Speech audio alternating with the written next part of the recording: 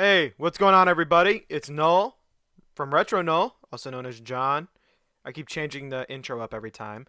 But welcome to the next episode of Pixel Patrol, a video game collecting podcast. Today, we're going to be talking about a ton of stuff. We got the PC Gamer Show, Ubisoft Forward, Summer Games Fest, and the Xbox Showcase to go over. It's going to be a long one, so sit down, buckle up, and let's get started. And we're gonna get right into it with the what I'm playing section. Uh, I got a decent amount of stuff to talk about, nothing crazy, but I beat Redfall.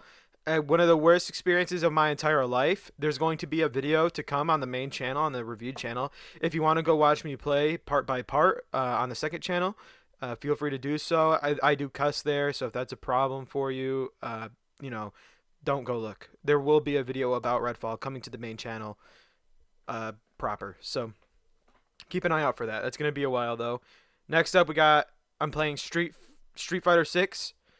I like Street Fighter Six a lot. I really wanted to get into the Street Fighter Six on the ground floor because I got into Street Fighter Five after like two expansions, like characters passes came out.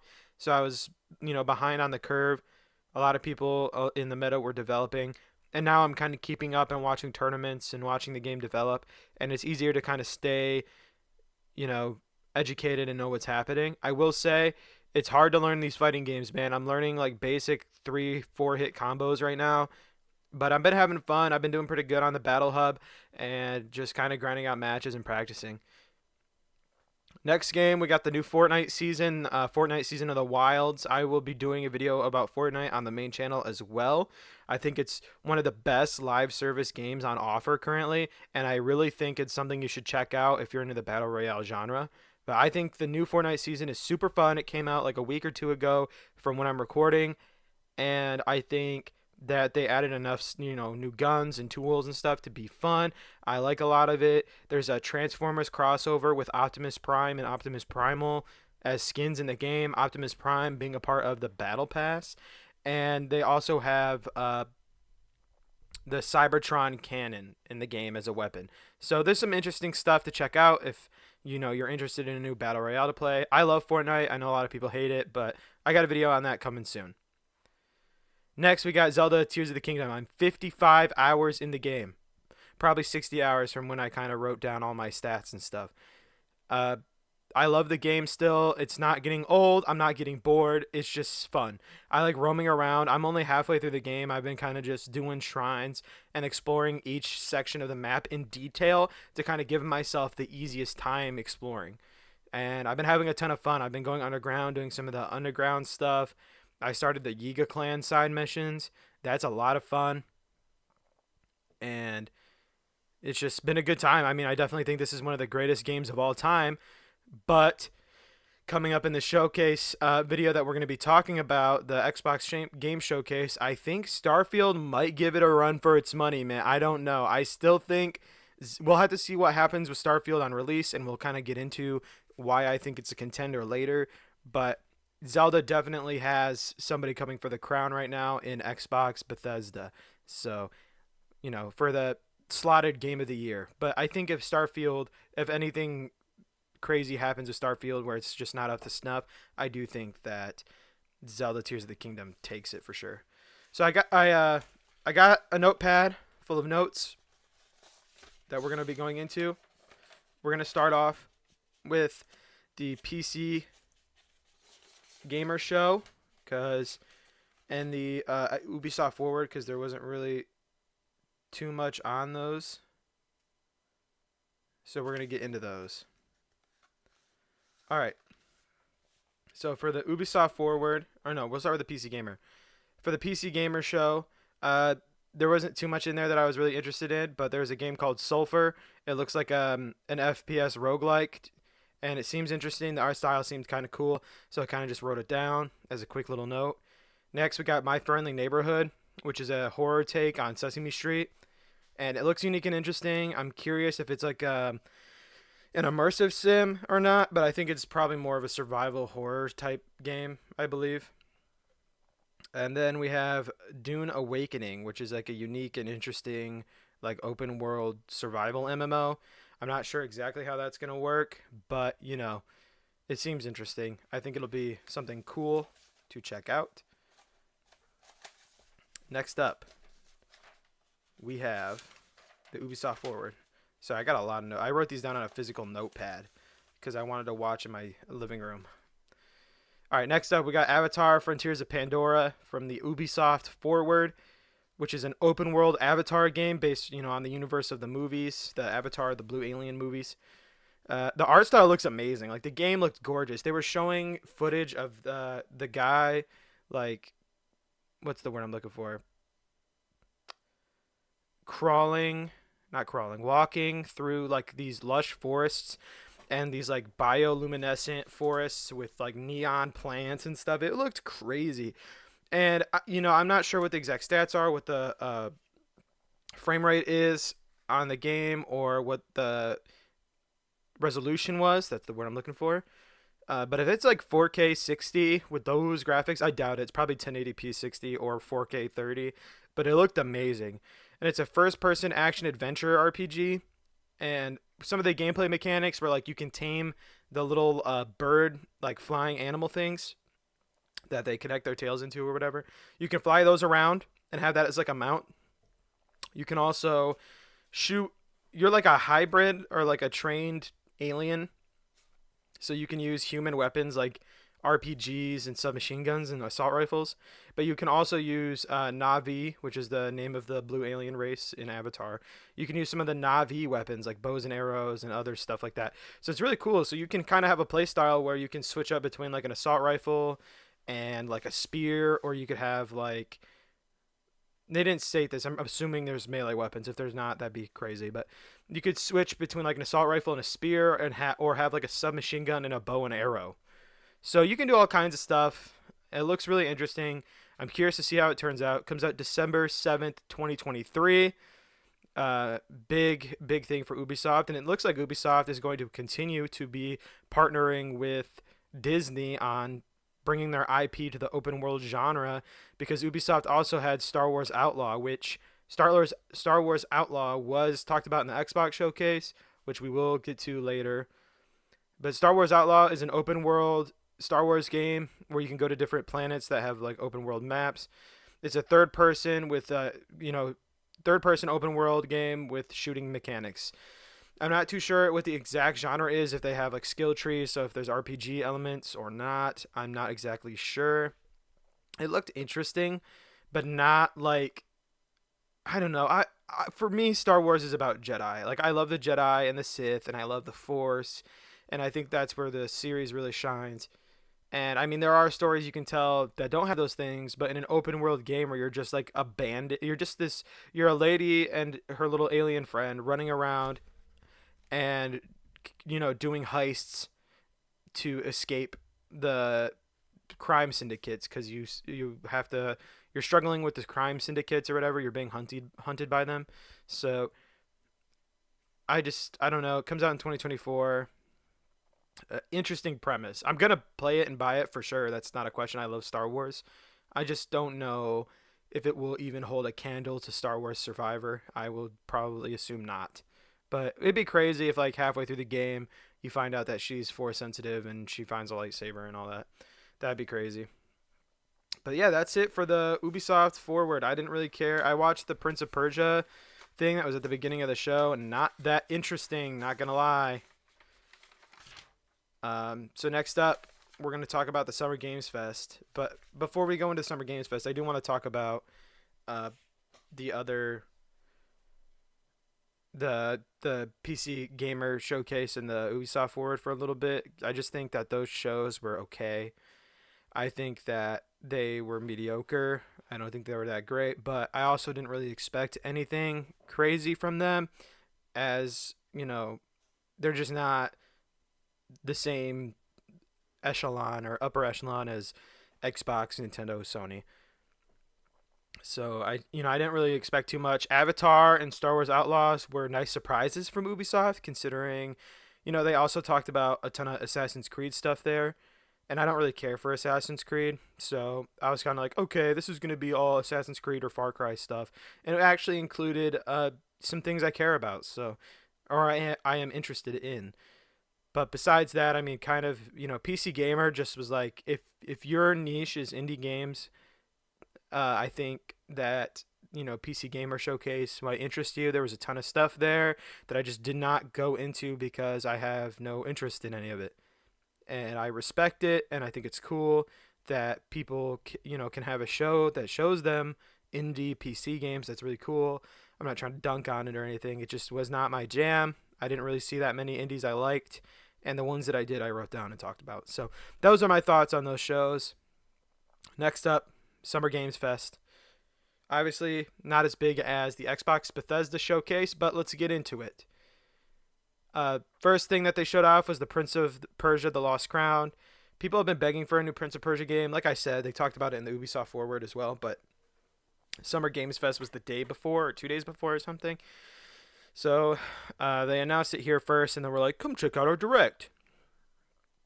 January 18th, 2024 for the Prince of Persia. Not my jam. It does not look interesting.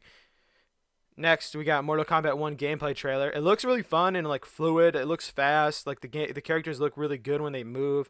It looked really good. There's a lot of gore though, a lot of blood and guts, and if that makes you squeamish, there's probably an option to turn it off, but I'm just, if that's what Mortal Kombat's kind of known for, so if you're not really into it, then you're just not into it. I have a hard time with it. Like I don't mind blood and guts in games, but I have a problem when it becomes excessive. I don't know. I think I have just a weak stomach or something. I don't know. But I play Mortal Kombat still because I love the game and I like the characters. So I'm excited for this. And they also talked about cameo fighters, which are just like basically assist fighters.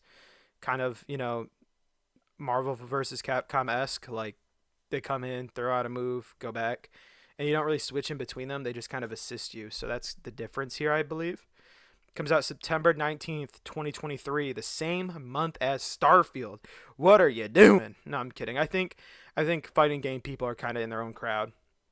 I think that they are going to practice and play their new fighting game over everything else cuz I was a part of the FGC, and if Smash Brothers, whenever Smash Brothers came out, I was there. It didn't matter what else was coming out. It could have been Elder Scrolls, the new Elder Scrolls game, but yeah. Sorry if you hear that. That's my microphone. My headset turns off if there's not sound. So sorry.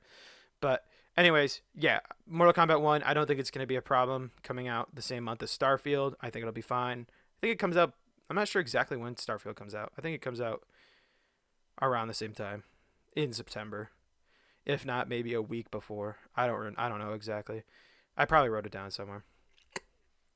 Next up, we got Street Fighter 6 Cross Exoprimal, which is like their robot dinosaur future fighting game, like where you shoot dinosaurs. I don't know. It just looks like there's cool outfits for Street Fighter characters in SF6, so that's cool. I play SF6. I will be getting the robot Ryu outfit. Next, kind of a dope announcement that came out of nowhere: Sonic Superstars, new 2D Sonic with a clean HD modern art style. Supposed to be oh my god, dude. I'm so excited about these video games that I can't talk. It's a wild. Okay, it's supposed to feel like a classic Sonic game. The game looks fun, and I hope it good. Oh my god, I'm just so excited. I'm just so excited about Sonic right now. Oh my gosh, I could literally doo feces all over the place right now over this. Okay, let me recompose myself. Recompose. Jeez, man. I took too much caffeine or something. I'm pumped to talk about Sonic. Okay, it looks fun. The game looks really fun, and I hope it's good, and I hope it sells really well for Sega. Sonic's kind of on the upswing right now, and they know that they kind of have to capitalize. It's the revitalization of Sega. Kind of like how Capcom had the Capcom Renaissance, the Sega Renaissance is kicking into full gear. And we'll talk about that more in the Xbox showcase too, but they have all kinds of like Persona stuff going on. Sega's just out here killing it. And it's they're coming back. They got a full comeback like Capcom-esque. So Sonic Superstars, I will be purchasing this. My dad's a video game collector as well. I believe my dad will probably be purchasing this. My dad loves games like this. especially games that go back to that old school style, 2D platforming style. So I think, this is going to be really good. I think it's going to be awesome. I'm going to be picking it up fall 2023. So I think this is the game that kind of everybody's been asking for, and I'll see how they do. Next up, a game I'm super pumped for, and I know barely anything about it, but Sandland. This game is based off of a classic manga, and the story and world of the manga were created by Akira Toriyama. If you don't know who Akira Toriyama is, he created, wrote, and made the art for Dragon Ball, as well as the artist of the Dragon Quest series. He's a legendary mangaka, which is like a manga artist and creator. He's a famous mangaka, and this looks amazing. I'm not sure exactly what it is. I know it was made in Unreal Engine 5. They talked about that for a bit. And it looks like it's an open world action RPG. It looks like an open world action RPG, like kind of like Dragon Ball Kakarot, but it looks like it's going to be more traditional style RPG. This looks interesting. I'm excited for this. I think it's going to be really good. I'm hoping it's really good. I believe Bandai Namco is making it. Man, I am pumped. I am pumped. I just love Akira Toriyama. I love Akira Toriyama, and I'm a fan of all of his other stuff. I love Dragon Quest. I love Dragon Ball. I'm playing through Kakarot, or I was playing through Kakarot before Zelda came out. These games are his games, his art style. I love. It's always been a huge influence. So I'm looking forward to Sandland, especially if it's an open world action RPG. I'm in. You got me. No release window. And then we got some Spider-Man 2 news. Venom isn't in the game in Spider-Man 2. They just talked about Venom, but basically Venom isn't Eddie Brock.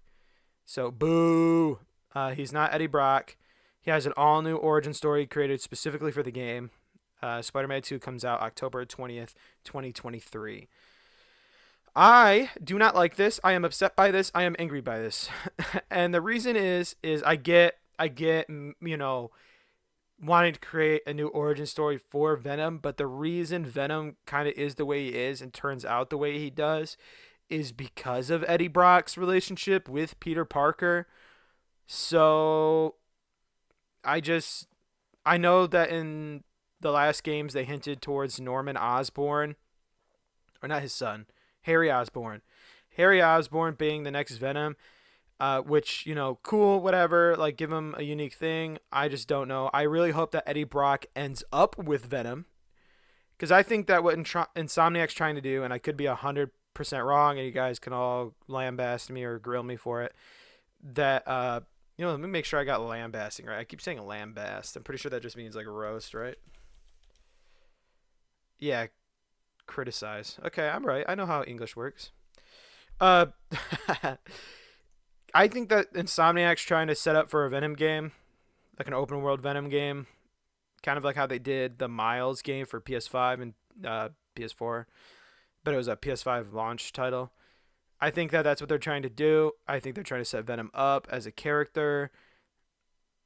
We'll see. I'm probably wrong, but I don't know, man. I don't know. I'm a big Eddie Brock Venom fan. I don't like Flash Thompson Venom, so we'll see. We'll see. It's a video game. It'll probably work out just fine, and we all know Peter Parker ends up with the symbiote anyway, based on the PlayStation Showcase trailer. Next up, we got Pal World footage. Pal World is a Pokemon with guns game. So it looks fun, and I'm curious to see what it's about. And it's literally like Pokemon with guns. You shoot at Pokemon. It's crazy. It's like a Pokemon clone, but you use guns. And it looks like there's big boss fights where like you and your other like monsters are like holding SMGs and firing at these like giant monsters, probably like legendaries to catch them. It looks cool. Early access starts for it January 2024. I'm interested in it. I'm curious to see how it ends up, but I'm going to probably wait on that. Next, a game I keep talking about. I'm kind of getting tired of talking about because I hope it's good. I hope it doesn't bomb, but it might. Uh, Immortals of Avum footage. More of it. They showed a little gameplay section. It looks really fun. It looks fast. It looks fluid. It's like a modern. It's like a Magic Doom Eternal. I've talked about it multiple times on this podcast. It looks really good. I'm really pumped for it. Graphically, it looks amazing. It looked really good on stage and like at the showcase. And I'm super curious to see how this one turns out. Comes out July 20th, 2023. So really curious. I really hope this is good. All right, last up for the Summer Games Fest news, we have Final Fantasy VII Rebirth. Gameplay trailer, story trailer, is it just a massive trailer? Graphically, graphically, from the showcase, it looked amazing. The game looks great. It's going to be a PS5, I believe, exclusive or something. It's a continuation on the remake story on the Final Fantasy VII remake. Gameplay looks as fun as the remakes. It looks really good. It looks fun. It looks, similar to our first game. I'm excited to see the reception of this game. I know people are just super pumped for it, and I hope that Final Fantasy peeps love this game, and I hope they do a good job and make those people happy. The game looks great, so I have faith in Square Enix. They've been doing great lately. Early 2024 on 2 discs. That's what they said. 2 discs, boys. It's PS1 era. So that's overall everything that I was interested in or cared about from Summer Games Fest. There might have been other stuff they talked about, like Alan Wake and stuff. I didn't really talk about that. If that's something you're interested, I'm just talking about things I care about. So that's it, or things I find interesting, or whatever. So that's all the Summer Games Fest news. Next up, we're going to be talking about the Xbox Bethesda showcase. And like I said, I'm only going to be mentioning stuff that I find interesting. So, don't hate me. But, yeah. I talk about a lot, though, with the Xbox showcase. I wrote down a lot of notes for this one. So, I feel like this showcase, I went on a whole rant in the Xbox predictions showcase. And I would just like to say, I got a couple predictions right. So, hate me all you want, but I got a couple predictions right. I don't remember exactly what they were, and I'm not going to go back and watch them because I want this to age like milk. But I think that I predicted a few things. I believe I predicted the stuff about Fable, and I predicted the stuff about Avowed. I was wrong on Fallout stuff, but and massively wrong about Banjo-Kazooie. What do you think I am? A prophet? What is this? I don't know what I'm talking about. I'm not the Banjo-Kazooie prophet. I was just selling you a lie. Anyways, the Banjo-Kazooie, the great Banjo-Kazooie lie. Banjo Gate.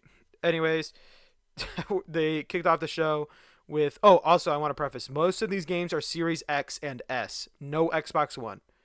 Most of them were. Not all, but most. So get yourself that X or S. We're going to talk about the Xbox Series S later. But they did say in the showcase that Xbox Series X are going to be easier to find out in the wild now. So if you're looking for one, you're after the showcase, go grab you one, because I think that long pretense for the showcase, or preface pretense, whatever, you know what I mean, preface for the showcase. Xbox, I think, is the new home of the Western RPG, and if those are the games that you like, Xbox is the place to be. I was dumping on them in my past videos, and I rightfully so. They kind of had it coming, but if these games all hit and they hit to be quality and they're good and they're received properly, and they're received well, I think that Xbox is the new home of the Western RPG. So, and I love those. So I'm gonna probably be playing on Xbox a lot over the next couple of years, which is insane considering I barely touch my Xbox. All right, they started out the show with Fable. It looked great. It looked amazing. Looked high quality. They said it was all gameplay. I don't know. I'm bad at telling. I didn't see any. There was no button prompt, so it looked like they were playing on, like, no UI mode. But it looked really great. I need to slow down speaking. Oh my god, I'm so excited, guys. Oh my god. All right. Pause. Moment of silence for my voice. Next up. So there was more info on Fable, basically. It was developed by Playground Games. I believe it's in the Forza engine or whatever. Heavy British humor in the game. Heavy British humor. I like British humor. I like the sarcasm. I like the funny gags and all that. And they had a pretty good, trailer in terms of humor. It was really funny. There was no. Oh, I wrote no gameplay footage. There was a little bit. There was. They said it was all. So I'm not. I don't know. I'm awful at telling. People might get pissed. I said that, but it looked like a quick time event type deal. But I could be wrong. I could be wrong. I could be wrong. And then yeah, in-game engine footage used is what I wrote too. Yeah. So yeah, there was like a mix. I don't know. It's probably all in-game engine. That's what they're saying. So I'm gonna believe them until proven otherwise. So they said it was in-engine footage, gameplay footage used. I'm not sure if it's true to the original gameplay wise though. They didn't really show too much like combat and stuff, and I can't tell if it's still like an RPG or not, or if it's like a linear story. I'm hoping it's still an open world RPG, but we'll see. No date on that one, by the way. I know Playground Games have been kind of taking their time with this, wanting wanting it to be as good as possible. So not wanting to kind of pop off, it gives them some time to work out the kinks of the game, figure out what's going on. If there are bugs, kind of work it out. I think if this game hits, if Starfield hits and this game hits, man, Xbox is in a good spot. So take Playground Games, take all the time you guys need, man. Keep going. It looked great. I'm excited for Fable. Next game that they showed, I don't know. There might have been little things in between these. Like I said, I wrote down the major stuff that I think is interesting. South of Midnight, new game, art style looks sick. It's gonna be day one Game Pass, I believe, and I'm not like sure exactly what it is, but it's kind of like based in the deep South, and they were in a swamp, and it was a guy playing a guitar, and the girl was like, "I'm trying to find the snake." But it looked awesome. I mean, the art style looked great. It looked like a live comic book. It was crazy. And the character designs looked amazing. And the main character lady, she was using magic. So I'm curious to see what it is. It looked really baller. Like I said, set in the deep south, and it looked awesome. So next, oh yeah, they talked about Star Wars Outlaws. Like I said, I already talked about it. Open world Star Wars game set in Imperial era. Main villains are the crime syndicates. Open world. Ubisoft massive studios are developing it. 2024. So we already kind of talked about that with the Ubisoft forward. So we're gonna kind of bump my mic. We're gonna kind of skip through that one. Avowed. One of my predictions. Avowed is like Obsidian's medieval Skyrim like RPG. It looks amazing. It looks really great actually, and a lot of people are dunking on it. I think it looks great. I'm pumped for it. The magic mechanics in it look sick. This dude summoned like a black hole, and a bunch of people just got like sucked and ripped into the black hole. It looked awesome. I was like pumped about it. It looks super fun. I like making battle mage characters in these type of like RPGs, like the Bethesda Elder Scrolls games, where I use like swords and magic, and I like have heavy armor, so I'm kind of like a tanky mage. And I love stuff like this. It looked amazing. Combat looks really fun. Extremely similar to Skyrim. It said 2024, so I didn't get an exact date, but I got a time frame.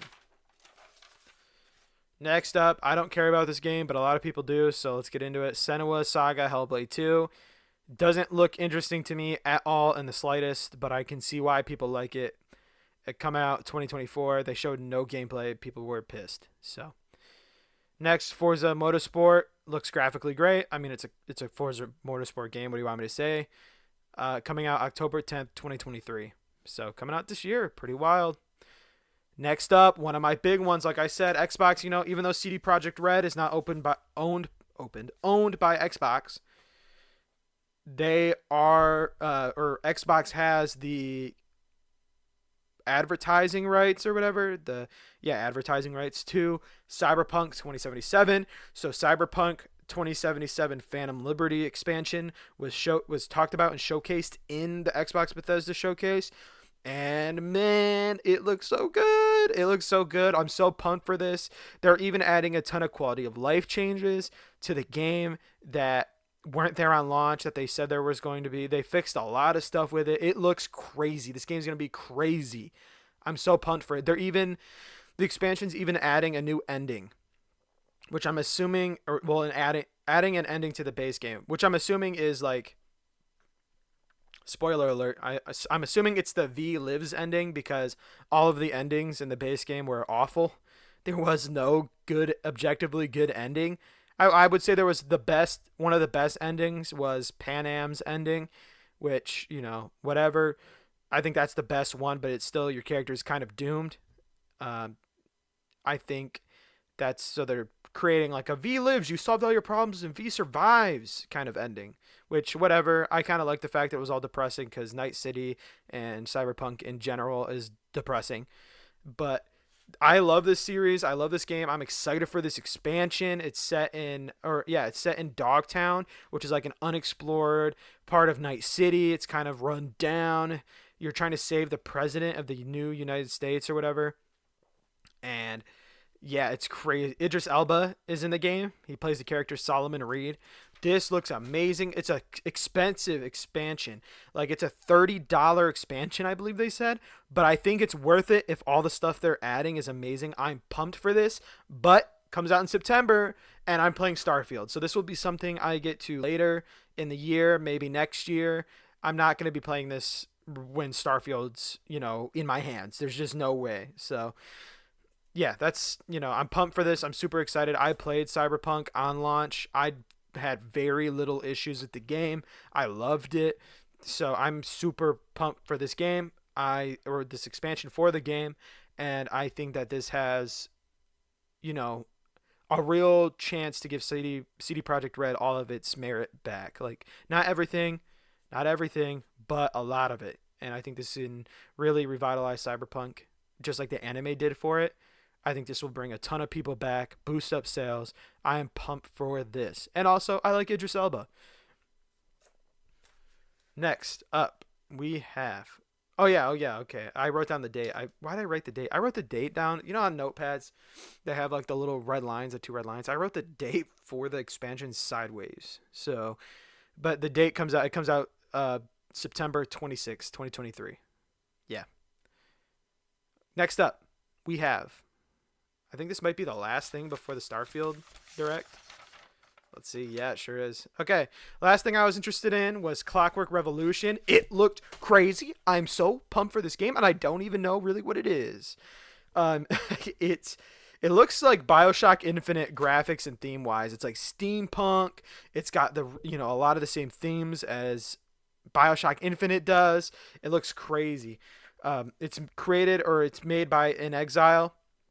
There's not too much information on the game. We don't know exactly what's going on, stuff like that, like story wise, all the gameplay mechanics. We don't know, you know, exactly how the game kind of runs, what the gameplay loop is, stuff like that. It was kind of like a loose trailer. They said it's coming in due time, so that kind of sucks. But it's an RPG. It's an RPG made by In Exile in a steampunk like BioShock Infinite esque world. I am so pumped for this game. It's going to be taking a while. They said in due time. So there was a little bit of gameplay in the trailer, I believe. I am pumped. I really think this game, like I said, the home of the Western RPG, baby. Xbox is here. They're showing out. The showcase so far, I believe, in my opinion, made Sony's look like garbage doo doo, and we haven't even gotten to Starfield yet. So let's get into Starfield. Clockwork Revolution, though, coming in due time. We don't know. That's what it literally said on the trailer. It said coming in due time. So all y'all better hold your horses. Don't be asking them when it's coming, because they told you in due time. Don't be asking them. They're like, yeah, don't message us on Twitter. It's coming in due time, man. Chill out. All right, so we got like a 40-minute Starfield direct after all of this, which insane. But Starfield's an insane game, so it makes sense. Let's get into it. So as you guys know, this game is made by Bethesda Game Studios. It's a first-person Western action RPG, open world. There's 1,000 planets to explore. There's different cities. There's factions. There's all that stuff. It's a Bethesda game through and through with a ton of details, so we're going to kind of deep dive it right now. So the legendary Todd Howard came out, talked about the game. I love Todd Howard, by the way. He's like a gaming icon to me. If I could ever meet him or interview him or talk to him, even just about dumb stuff, I would love to. I would love to do that. I love Todd Howard. He created all, the biggest games of my upbringing, like middle school, high school, coming up in the world type, games. Everyone played Skyrim. So God Howard was there. They all call him God Howard because he's the god of RPGs. It's Starfield. They kind of talked about the theming of the game, like what kind of art style they were going for. They called it space. It's like a space themed IP, and they called it NASA Punk, which is kind of like, NASA advanced, like realistic style. Because like back in the early days of NASA, and even now, it's kind of like function over style, right? These rockets, these things, they need to work.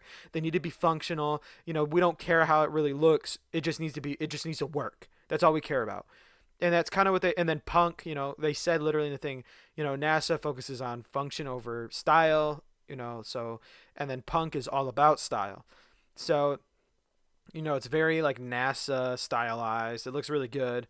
I like the theming of it. I think NASA Punk is a cool, like, unique way to describe it. There's over 1,000 worlds in the game. I already said that. First new universe in 25 years. Like, first new IP, like, new world for them in 25 years. Because they've basically just worked on Elder Scrolls and Fallout for the past 25 years. Um, Over 1,000 worlds. And if you're on a planet with a moon, like, so they talked about how the game is, like, realistically simulates the galaxy around you, right? So let's say you're on a planet, that planet has a moon, and you're watching it rotate around, like, orbit the planet, right? You can get on your ship and fly to that moon and then be on the moon and look at the planet you were just on. It realistically simulates the galaxy around you. So if you see a planet, you can go there. You can fly to that planet, explore that planet. It's there, it exists, it's real. It's not like Skyrim where you're on the map and you look up and you see the moons in the sky and you're like, oh man, those are pretty, and you keep going. You can go to the moon. You can be walking on a planet, look up, oh, that moon looks cool. Fly to that moon, explore the moon. It's crazy. That's insane.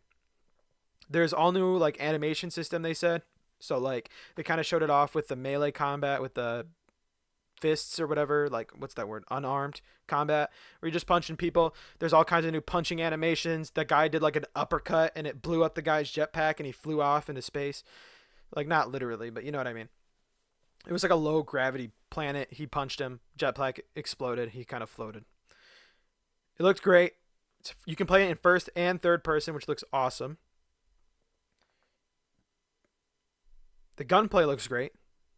Everyone was kind of dunking on the gunplay, worried about the gunplay, because they showed it off a while ago, and they used like an SMG or something in the first gameplay showcase for it, and it looked kind of doo doo.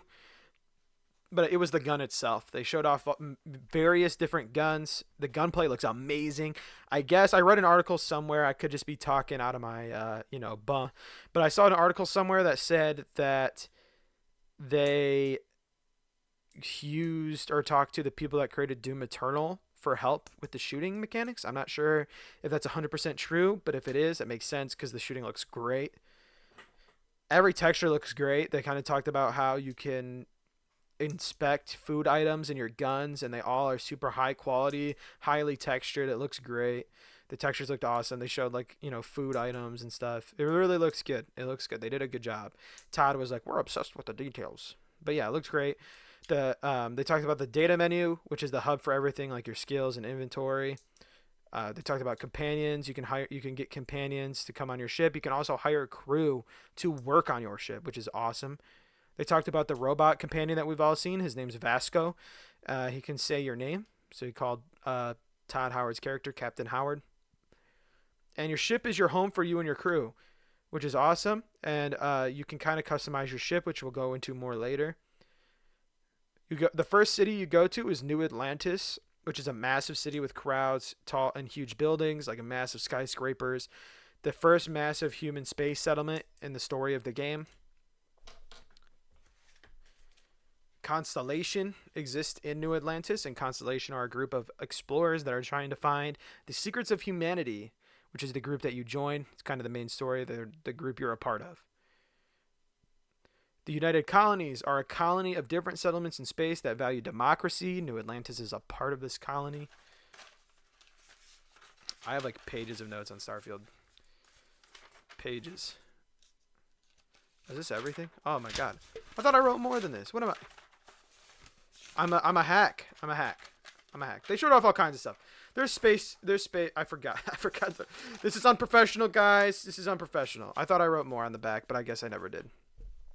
Anyways, there's space customization. You can deconstruct your spaceship and rebuild it to have more living quarters to hold more crew. You can design it for speed. You can design it for cargo transportation. You can be in space and get into a dogfight with somebody, board their ship, kill all the crew, take the ship, dock it at a space station, and now you own that ship. You can do all kinds of crazy stuff. They did insane stuff with this game. It's insane. There are certain times where you'll be traveling space, and you'll get stopped to be inspected for stolen goods.